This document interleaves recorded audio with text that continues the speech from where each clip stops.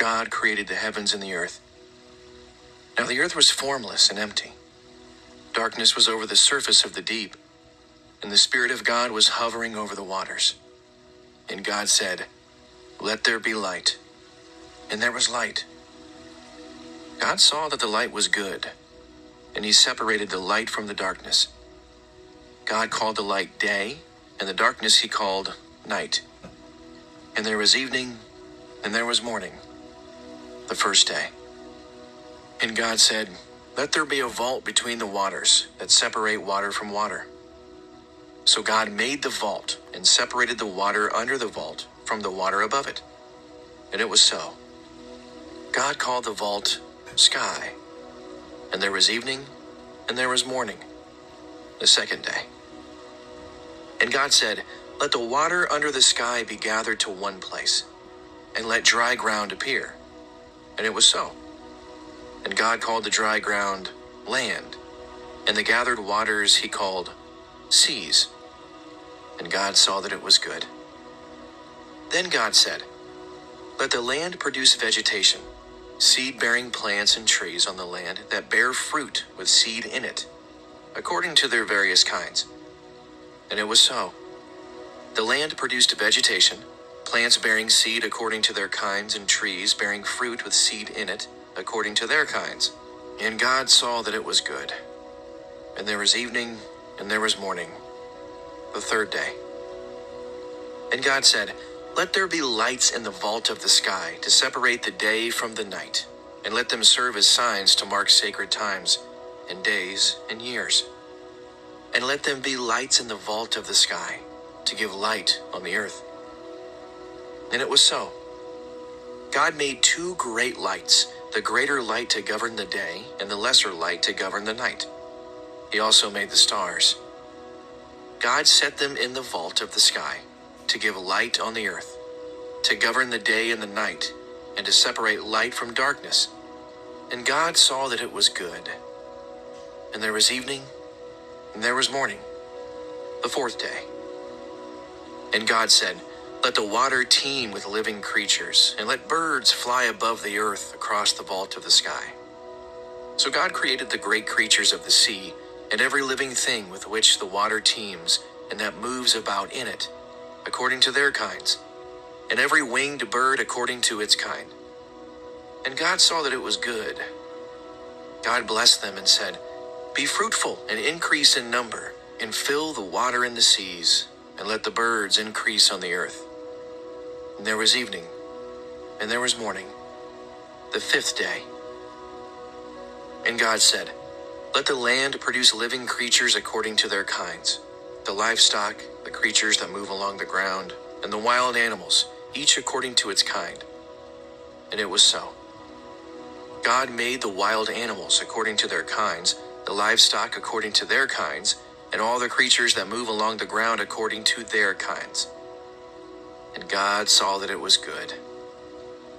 Then God said, "Let us make mankind in our image, in our likeness, so that they may rule over the fish in the sea and the birds in the sky, over the livestock and all the wild animals, and over all the creatures that move along the ground." So God created mankind in his own image. In the image of God he created them. Male and female he created them. God blessed them and said to them, "Be fruitful and increase in number. Fill the earth and subdue it. Rule over the fish in the sea and the birds in the sky, and over every living creature that moves on the ground." Then God said, "I give you every seed-bearing plant on the face of the whole earth, and every tree that has fruit with seed in it. They will be yours for food. And to all the beasts of the earth, and all the birds in the sky, and all the creatures that move along the ground, everything that has the breath of life in it, I give every green plant for food." And it was so. God saw all that he had made, and it was very good. And there was evening, and there was morning, the sixth day. Genesis chapter 2. Thus The heavens and the earth were completed in all their vast array. By the seventh day, God had finished the work he had been doing. So on the seventh day, he rested from all his work. Then God blessed the seventh day and made it holy, because on it he rested from all the work of creating that he had done. This is the account of the heavens and the earth when they were created, when the Lord God made the earth and the heavens. Now no shrub had yet appeared on the earth, and no plant had yet sprung up, for the Lord God had not sent rain on the earth, and there was no one to work the ground. But streams came up from the earth and watered the whole surface of the ground. Then the Lord God formed a man from the dust of the ground, and breathed into his nostrils the breath of life, and the man became a living being. Now the Lord God had planted a garden in the east, in Eden, and there he put the man he had formed. The Lord God made all kinds of trees grow out of the ground, trees that were pleasing to the eye and good for food. In the middle of the garden were the tree of life and the tree of the knowledge of good and evil. A river watering the garden flowed from Eden. From there it was separated into 4 headwaters. The name of the first is the Pishon. It winds through the entire land of Havilah, where there is gold. The gold of that land is good. Aromatic resin and onyx are also there. The name of the second river is the Gihon. It winds through the entire land of Cush. The name of the third river is the Tigris. It runs along the east side of Asher. And the fourth river is the Euphrates. The Lord God took the man and put him in the Garden of Eden to work it and take care of it. And the Lord God commanded the man, "You are free to eat from any tree in the garden, but you must not eat from the tree of the knowledge of good and evil. For when you eat from it, you will certainly die." The Lord God said, "It is not good for the man to be alone. I will make a helper suitable for him." Now the Lord God had formed out of the ground all the wild animals and all the birds in the sky. He brought them to the man to see what he would name them. And whatever the man called each living creature, that was its name. So the man gave names to all the livestock, the birds in the sky, and all the wild animals. But for Adam, no suitable helper was found. So the Lord God caused the man to fall into a deep sleep. And while he was sleeping, he took one of the man's ribs, and then closed up the place with flesh. Then the Lord God made a woman from the rib he had taken out of the man, and he brought her to the man. The man said, "This is now bone of my bones and flesh of my flesh. She shall be called woman, for she was taken out of man." That is why a man leaves his father and mother and is united to his wife, and they become one flesh. Adam and his wife were both naked, and they felt no shame. Genesis chapter 3. Now the serpent was more crafty than any of the wild animals the Lord God had made. He said to the woman, "Did God really say, 'You must not eat from any tree in the garden'?" The woman said to the serpent, "We may eat fruit from the trees in the garden, but God did say, 'You must not eat fruit from the tree that is in the middle of the garden, and you must not touch it, or you will die.'" "You will not certainly die," the serpent said to the woman, "for God knows that when you eat from it, your eyes will be opened, and you will be like God, knowing good and evil." When the woman saw that the fruit of the tree was good for food and pleasing to the eye, and also desirable for gaining wisdom, she took some and ate it. She also gave some to her husband, who was with her, and he ate it. Then the eyes of both of them were opened, and they realized they were naked. So they sewed fig leaves together and made coverings for themselves. Then the man and his wife heard the sound of the Lord God as he was walking in the garden in the cool of the day. And they hid from the Lord God among the trees of the garden. But the Lord God called to the man, "Where are you?" He answered, "I heard you in the garden, and I was afraid because I was naked, so I hid." And he said, Who told you that you were naked? Have you eaten from the tree that I commanded you not to eat from?" The man said, "The woman you put here with me, she gave me some fruit from the tree, and I ate it." Then the Lord God said to the woman, "What is this you have done?" The woman said, "The serpent deceived me, and I ate." So the Lord God said to the serpent, "Because you have done this, cursed are you above all livestock and all wild animals. You will crawl on your belly, and you will eat dust all the days of your life.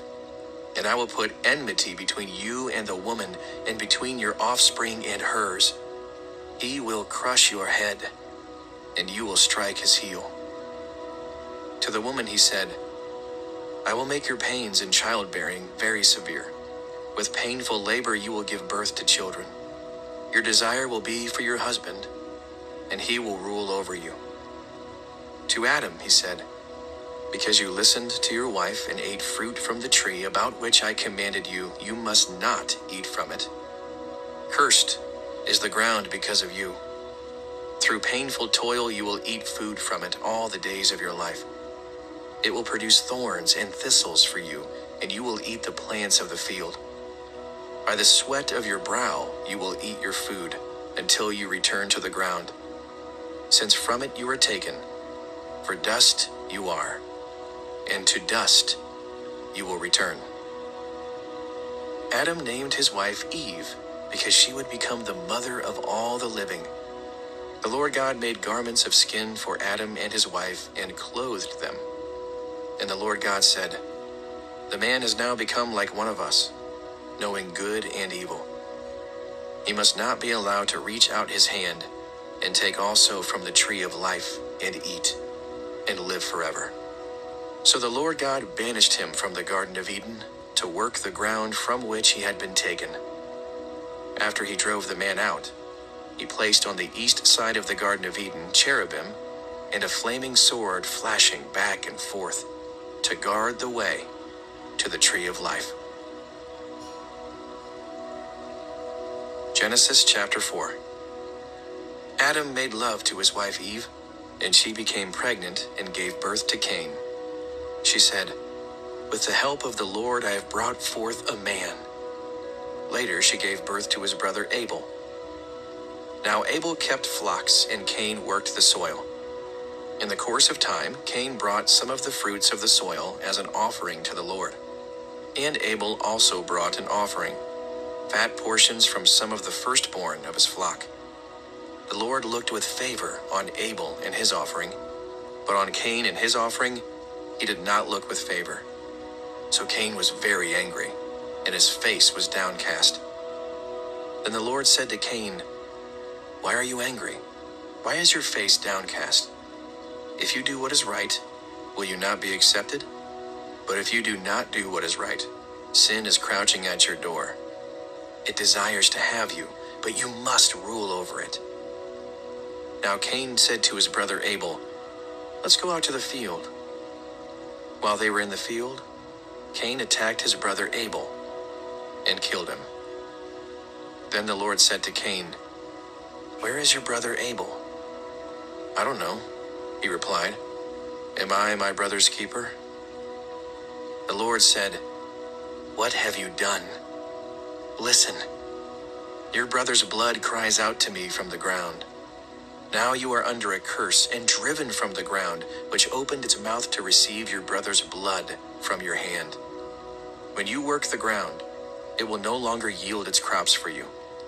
You will be a restless wanderer on the earth." Cain said to the Lord, "My punishment is more than I can bear. Today you are driving me from the land, and I will be hidden from your presence. I will be a restless wanderer on the earth, and whoever finds me will kill me." But the Lord said to him, "Not so. Anyone who kills Cain will suffer vengeance 7 times over." Then the Lord put a mark on Cain, so that no one who found him would kill him. So Cain went out from the Lord's presence and lived in the land of Nod, east of Eden. Cain made love to his wife, and she became pregnant and gave birth to Enoch. Cain was then building a city, and he named it after his son Enoch. To Enoch was born Irad, and Irad was the father of Mehujael, and Mehujael was the father of Methushael, and Methushael was the father of Lamech. Lamech married two women, one named Ada and the other Zillah. Ada gave birth to Jabal. He was the father of those who live in tents and raise livestock.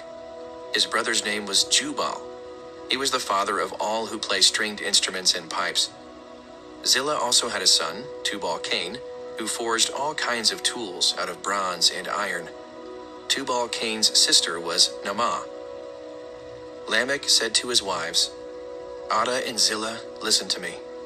Wives of Lamech, hear my words. I have killed a man for wounding me, a young man for injuring me. If Cain is avenged 7 times, then Lamech 77 times. Adam made love to his wife again, and she gave birth to a son and named him Seth, saying, God has granted me another child in place of Abel, since Cain killed him. Seth also had a son, and he named him Enosh.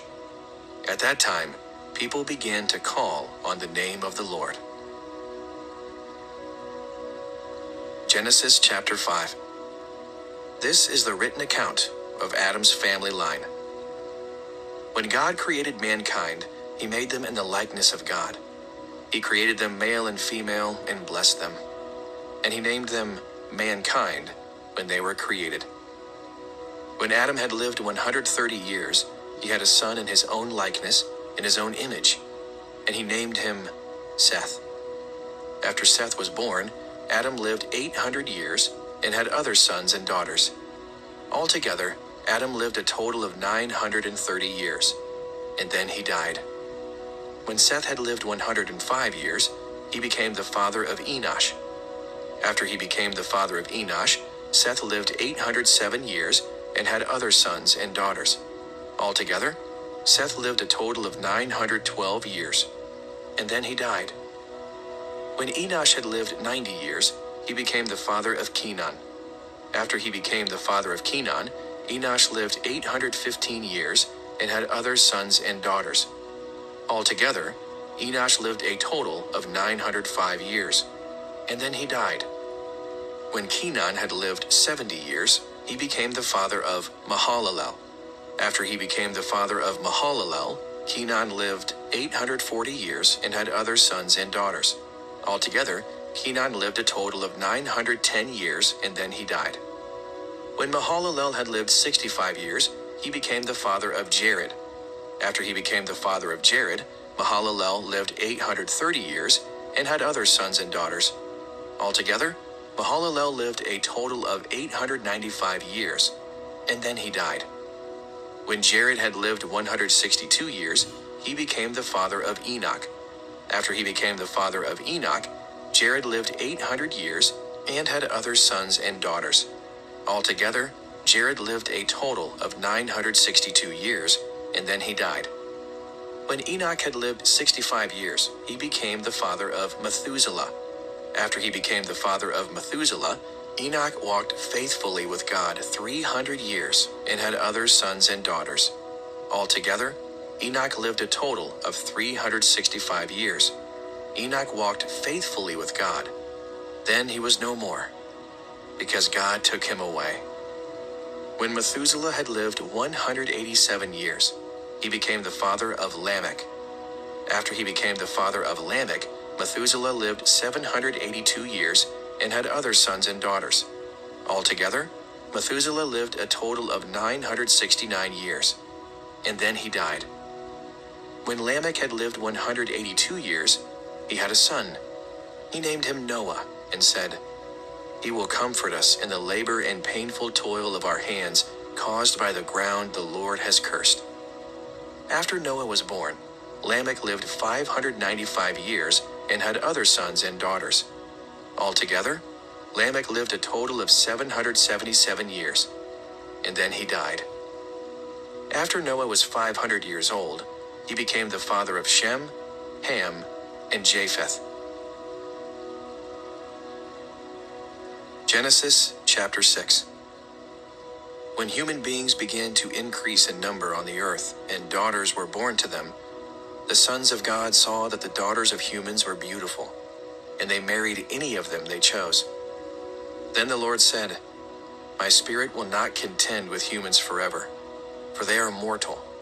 Their days will be 120 years. The Nephilim were on the earth in those days, and also afterward, when the sons of God went to the daughters of humans and had children by them. They were the heroes of old, men of renown.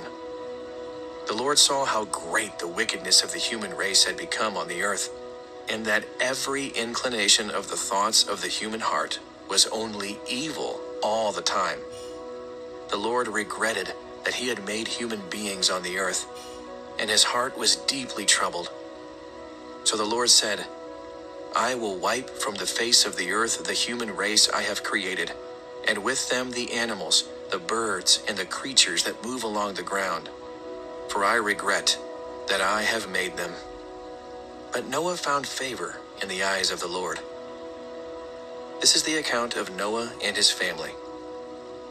Noah was a righteous man, blameless among the people of his time, and he walked faithfully with God.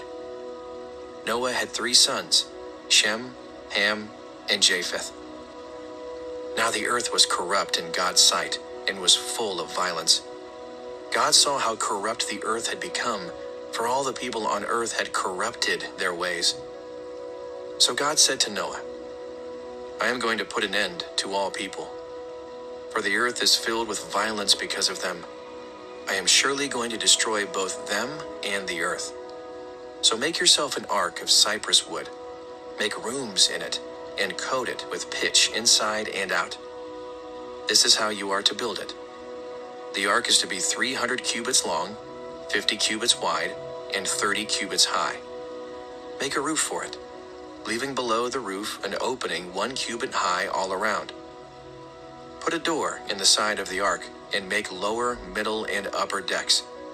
I am going to bring flood waters on the earth to destroy all life under the heavens, every creature that has the breath of life in it. Everything on earth will perish. But I will establish my covenant with you, and you will enter the ark. You and your sons and your wife and your sons' wives with you. You are to bring into the ark 2 of all living creatures, male and female, to keep them alive with you. 2 of every kind of bird, of every kind of animal, and of every kind of creature that moves along the ground will come to you to be kept alive. You are to take every kind of food that is to be eaten and store it away as food for you and for them. Noah did everything just as God commanded him. Genesis chapter 7. The Lord then said to Noah, Go into the ark, you and your whole family, because I have found you righteous in this generation. Take with you 7 pairs of every kind of clean animal, a male and its mate, and 1 pair of every kind of unclean animal, a male and its mate, and also 7 pairs of every kind of bird, male and female, to keep their various kinds alive throughout the earth. 7 days from now, I will send rain on the earth for 40 days and 40 nights, and I will wipe from the face of the earth every living creature I have made. And Noah did all that the Lord commanded him. Noah was 600 years old when the flood waters came on the earth. And Noah and his sons and his wife and his sons' wives entered the ark to escape the waters of the flood. Pairs of clean and unclean animals, of birds, and of all creatures that move along the ground, male and female, came to Noah and entered the ark, as God had commanded Noah. And after the 7 days, the floodwaters came on the earth. In the 600th year of Noah's life, on the 17th day of the 2nd month, on that day, all the springs of the great deep burst forth, and the floodgates of the heavens were opened, and rain fell on the earth 40 days and 40 nights. On that very day, Noah and his sons, Shem, Ham, and Japheth, together with his wife and the wives of his 3 sons, entered the ark. They had with them every wild animal according to its kind, all livestock according to their kinds, every creature that moves along the ground according to its kind, and every bird according to its kind, everything with wings. Pairs of all creatures that have the breath of life in them came to Noah and entered the ark. The animals going in were male and female of every living thing, as God had commanded Noah. Then the Lord shut him in. For 40 days the flood kept coming on the earth, and as the waters increased, they lifted the ark high above the earth. The waters rose and increased greatly on the earth, and the ark floated on the surface of the water. They rose greatly on the earth, and all the high mountains under the entire heavens were covered. The waters rose and covered the mountains to a depth of more than 15 cubits. Every living thing that moved on land perished. Birds, livestock, wild animals, all the creatures that swarm over the earth, and all mankind. Everything on dry land that had the breath of life in its nostrils died. Every living thing on the face of the earth was wiped out. People and animals, and the creatures that move along the ground, and the birds were wiped from the earth. Only Noah was left, and those with him in the ark. The waters flooded the earth for 150 days. Genesis chapter 8. But God remembered Noah and all the wild animals and the livestock that were in with him in the ark, and he sent a wind over the earth, and the waters receded. Now the springs of the deep and the floodgates of the heavens had been closed, and the rain had stopped falling from the sky. The water receded steadily from the earth. At the end of the 150 days, the water had gone down. And on the 7th day of the 7th month, the ark came to rest on the mountains of Ararat. The waters continued to recede until the 10th month, and the first day of the 10th month, the tops of the mountains became visible. After 40 days, Noah opened a window he had made in the ark, and sent out a raven.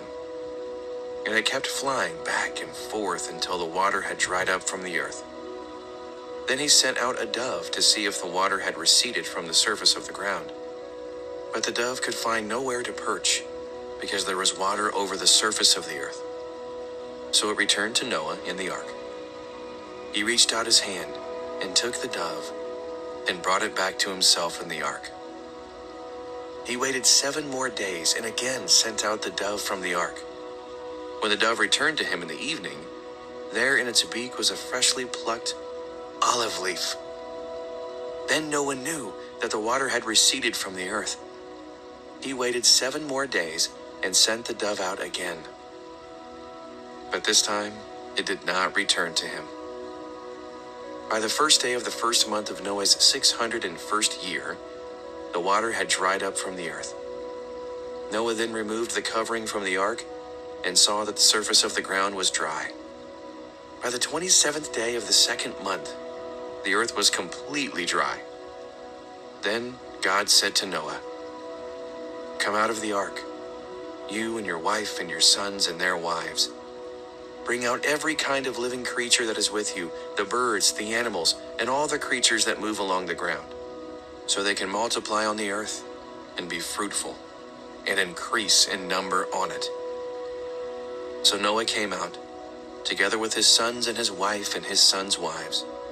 All the animals and all the creatures that move along the ground and all the birds, everything that moves on land, came out of the ark, one kind after another.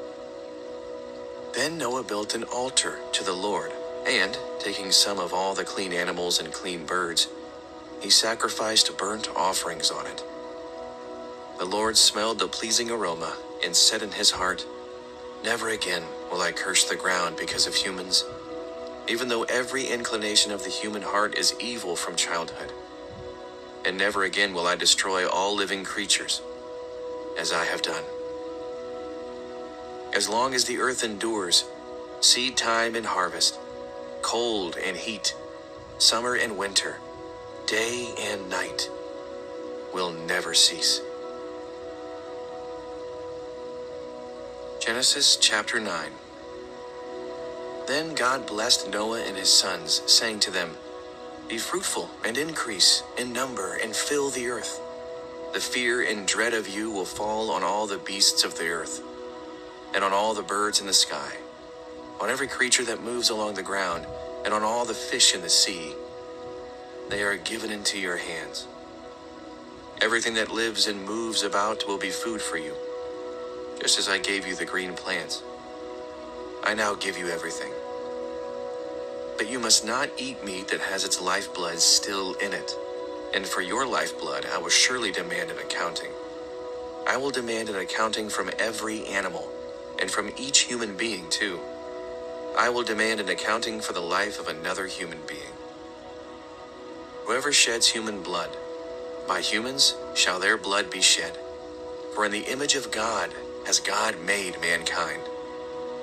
As for you, be fruitful and increase in number. Multiply on the earth and increase upon it."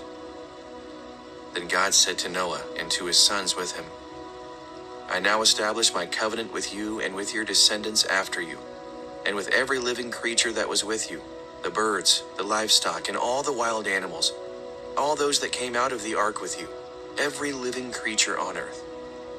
I will establish my covenant with you. Never again will all life be destroyed by the waters of a flood. Never again will there be a flood to destroy the earth." And God said, "This is the sign of the covenant I am making between me and you and every living creature with you, a covenant for all generations to come. I have set my rainbow in the clouds, and it will be the sign of the covenant between me and the earth. Whenever I bring clouds over the earth and the rainbow appears in the clouds, I will remember my covenant between me and you and all living creatures of every kind. Never again will the waters become a flood to destroy all earth. Whenever the rainbow appears in the clouds, I will see it and remember the everlasting covenant between God and all living creatures of every kind on the earth." So God said to Noah, "This is the sign of the covenant I have established between me and all life on the earth." The sons of Noah who came out of the ark were Shem, Ham, and Japheth. Ham was the father of Canaan. These were the three sons of Noah, and from them came the people who were scattered over the whole earth. Noah, a man of the soil, proceeded to plant a vineyard. When he drank some of its wine, he became drunk and lay uncovered inside his tent. Ham, the father of Canaan, saw his father naked and told his two brothers outside. But Shem and Japheth took a garment and laid it across their shoulders. Then they walked in backward and covered their father's naked body. Their faces were turned the other way, so that they would not see their father naked. When Noah awoke from his wine and found out what his youngest sons had done to him, he said, "Cursed be Canaan, the lowest of slaves will he be to his brothers." He also said, "Praise be to the Lord, the God of Shem. May Canaan be the slave of Shem. May God extend Japheth's territory. May Japheth live in the tents of Shem, and may Canaan be the slave of Japheth." After the flood, Noah lived 350 years. Noah lived a total of 950 years, and then he died. Genesis chapter 10. This is the account of Shem, Ham, and Japheth, Noah's sons, who themselves had sons after the flood. The sons of Japheth: Gomer, Magog, Madai, Javan, Tubal, Meshech, and Tiras. The sons of Gomer: Ashkenaz, Riphath, and Togarmah. The sons of Javan: Elisha, Tarshish, the Kittites, and the Rodanites. From these the maritime peoples spread out into their territories by their clans within their nations, each with its own language. The sons of Ham: Cush, Egypt, Put, and Canaan. The sons of Cush: Seba, Havilah, Sabta, Ramah, and Sabtika. The sons of Ramah: Sheba and Dedan. Cush was the father of Nimrod, who became a mighty warrior on the earth. He was a mighty hunter before the Lord. That is why it is said, like Nimrod, a mighty hunter before the Lord. The first centers of his kingdom were Babylon, Uruk, Akkad, and Calneh in Shinar. From that land he went to Assyria, where he built Nineveh, Rehoboth-ir, Calah, and Resen, which is between Nineveh and Calah, which is the great city. Egypt was the father of the Ludites, Anamites, Lehabites, Naphtuhites, Pathrusites, Caslahites, from whom the Philistines came, and Caphtorites. Canaan was the father of Sidon, his firstborn, and of the Hittites, Jebusites, Amorites, Girgashites, Hivites, Archites, Sinites, Arvadites, Zamorites, and Hamathites.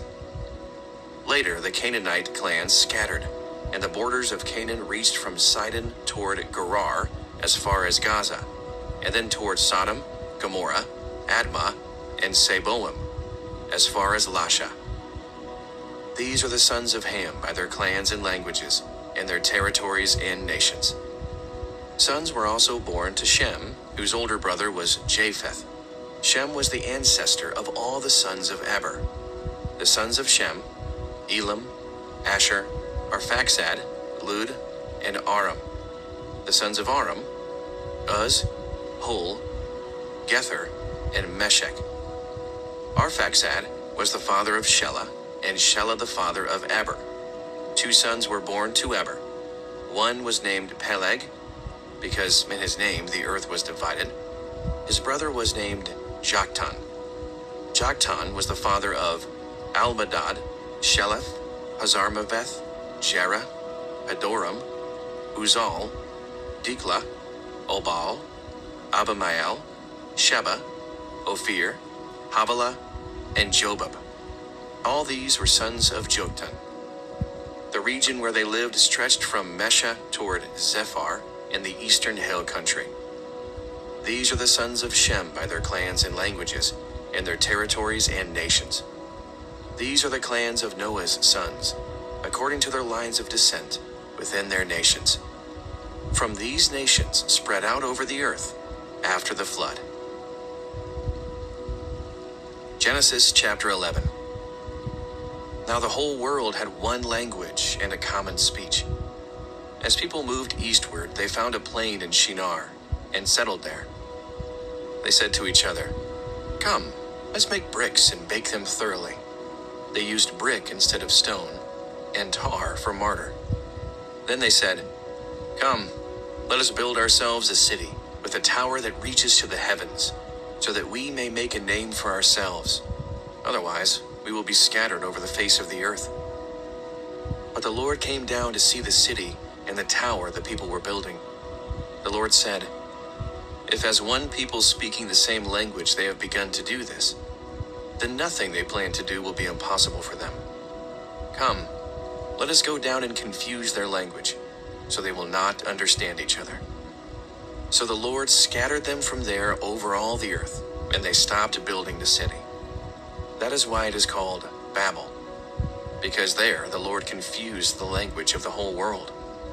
From there the Lord scattered them over the face of the whole earth. This is the account of Shem's family line. 2 years after the flood, when Shem was 100 years old, he became the father of Arphaxad. And after he became the father of Arphaxad, Shem lived 500 years and had other sons and daughters. When Arphaxad had lived 35 years, he became the father of Shelah. And after he became the father of Shelah, Arphaxad lived 403 years and had other sons and daughters. When Shelah had lived 30 years, he became the father of Eber. And after he became the father of Eber, Shelah lived 403 years and had other sons and daughters. When Eber had lived 34 years, he became the father of Peleg. And after he became the father of Peleg, Eber lived 430 years and had other sons and daughters. When Peleg had lived 30 years, he became the father of Reu. And after he became the father of Reu, Peleg lived 209 years and had other sons and daughters. When Reu had lived 32 years, he became the father of Serug. And after he became the father of Serug, Reu lived 207 years and had other sons and daughters. When Serug had lived 30 years, he became the father of Nahor. And after he became the father of Nahor, Serug lived 200 years and had other sons and daughters. When Nahor had lived 29 years, he became the father of Terah. And after he became the father of Terah, Nahor lived 119 years and had other sons and daughters. After Terah had lived 70 years, he became the father of Abram, Nahor, and Haran. This is the account of Terah's family line. Terah became the father of Abram, Nahor, and Haran became the father of Lot. While his father Terah was still alive, Haran died in Ur of the Chaldeans, in the land of his birth. Abram and Nahor both married. The name of Abram's wife was Sarai, and the name of Nahor's wife was Milcah. She was the daughter of Haran, the father of both Milcah and Iscah. Now Sarai was childless because she was not able to conceive. Terah took his son Abram, his grandson Lot, son of Haran, and his daughter-in-law Sarai, the wife of his son Abram, and together they set out from Ur of the Chaldeans to go to Canaan. But when they came to Haran, they settled there. Terah lived 205 years, and he died in Haran. Genesis chapter 12. The Lord had said to Abram, "Go from your country, your people, and your father's household to the land I will show you. I will make you into a great nation, and I will bless you. I will make your name great, and you will be a blessing. I will bless those who bless you, and whoever curses you, I will curse. And all peoples on earth will be blessed through you." So Abram went, as the Lord had told him, and Lot went with him. Abram was 75 years old when he set out for Haran. He took his wife Sarai, his nephew Lot, all the possessions they had accumulated, and the people they had acquired in Haran, and they set out for the land of Canaan. And they arrived there. Abram traveled through the land as far as the site of the great tree of Moreh at Shechem. At that time the Canaanites were in the land. The Lord appeared to Abram and said, "To your offspring I will give this land." So he built an altar there to the Lord, who had appeared to him.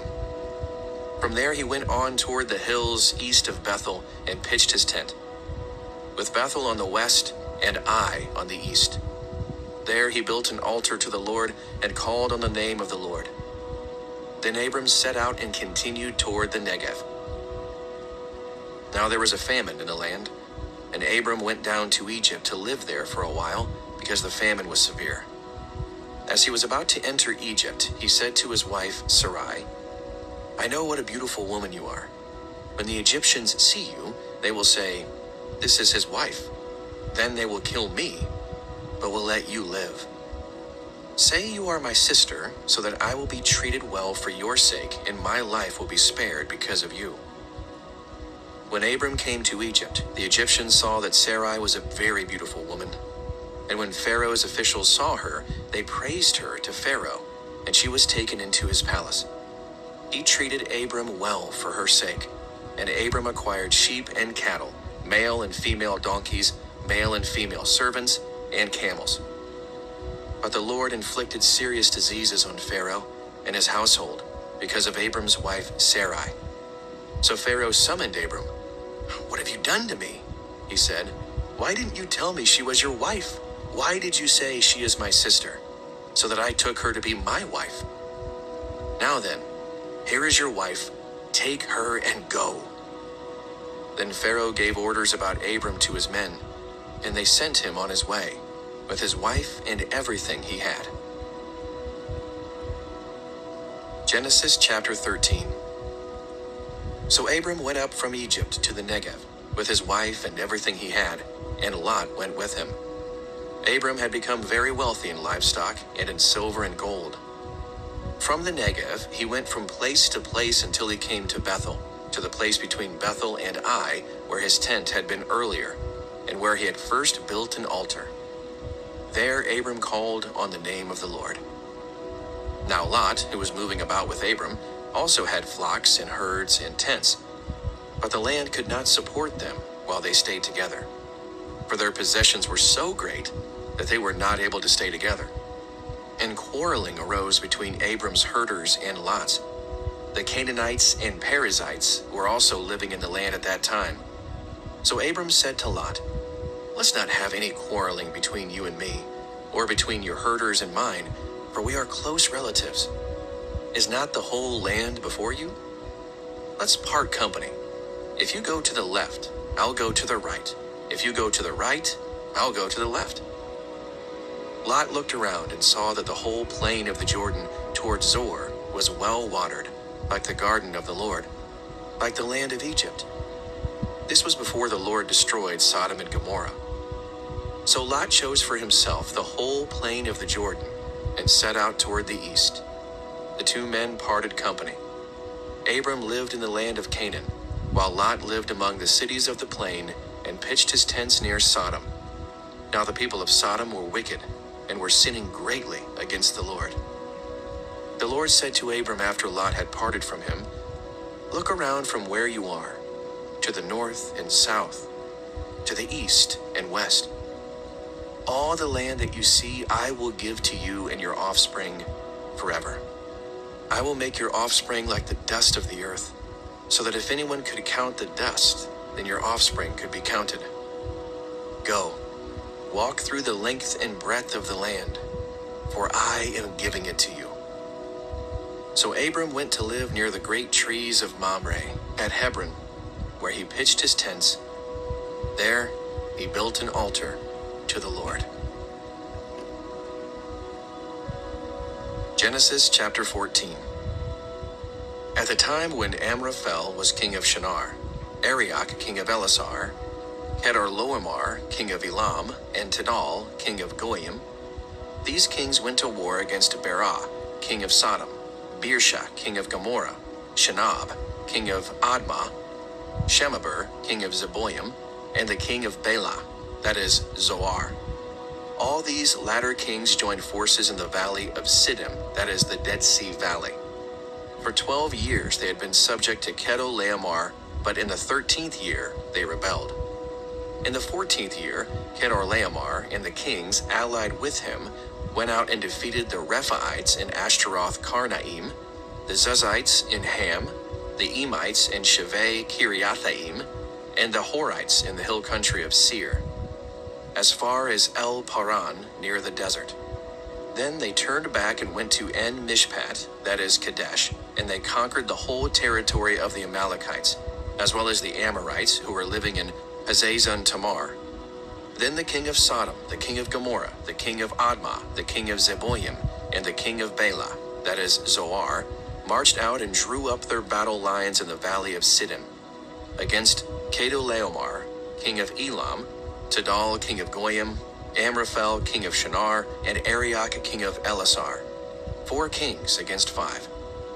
Now the valley of Siddim was full of tar pits, and when the kings of Sodom and Gomorrah fled, some of the men fell into them, and the rest fled to the hills.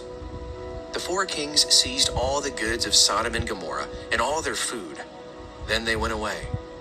They also carried off Abram's nephew Lot and his possessions, since he was living in Sodom.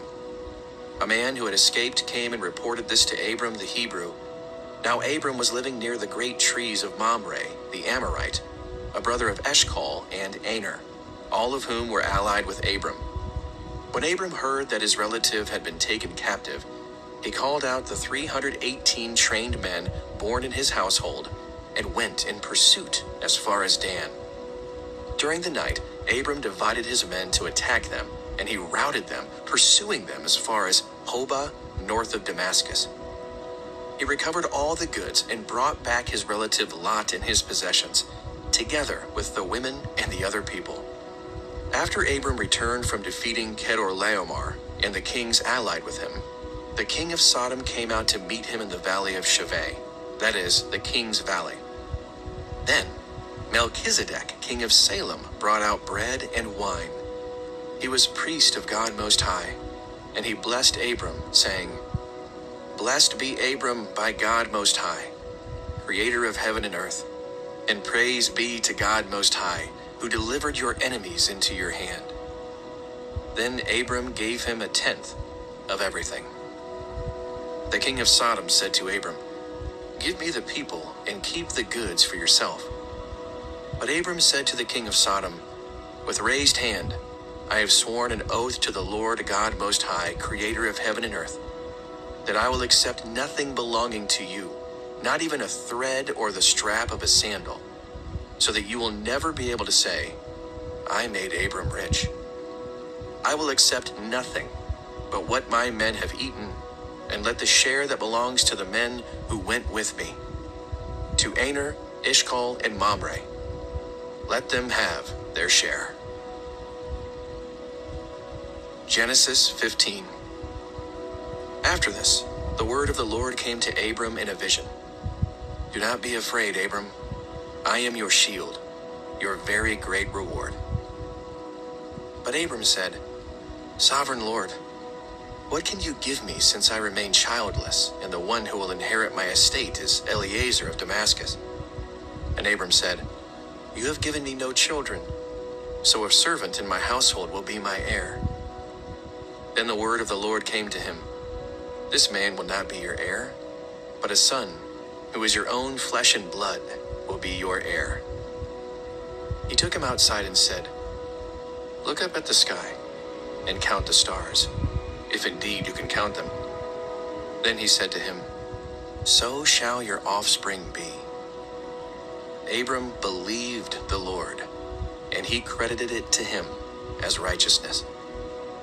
He also said to him, "I am the Lord, who brought you out of Ur of the Chaldeans, to give you this land, to take possession of it." But Abram said, "Sovereign Lord, how can I know that I will gain possession of it?" So the Lord said to him, "Bring me a heifer, a goat, and a ram, each 3 years old, along with a dove and a young pigeon." Abram brought all these to him, cut them in two, and arranged the halves opposite each other. The birds, however, he did not cut in half. Then birds of prey came down on the carcasses, but Abram drove them away. As the sun was setting, Abram fell into a deep sleep, and a thick and dreadful darkness came over him. Then the Lord said to him, "Know for certain that for 400 years your descendants will be strangers in a country not their own, and that they will be enslaved and mistreated there. But I will punish the nation they serve as slaves, and afterward they will come out with great possessions. You, however, will go to your ancestors in peace and be buried at a good old age. In the 4th generation your descendants will come back here, for the sin of the Amorites has not yet reached its full measure." When the sun had set and darkness had fallen, a smoking fire pot with a blazing torch appeared and passed between the pieces. On that day, the Lord made a covenant with Abram and said, "To your descendants I give this land, from the Wadi of Egypt to the great river, the Euphrates, the land of the Kenites, Kenizzites, Kadmonites, Hittites, Perizzites, Rephaites, Amorites, Canaanites, Girgashites, and Jebusites." Genesis chapter 16.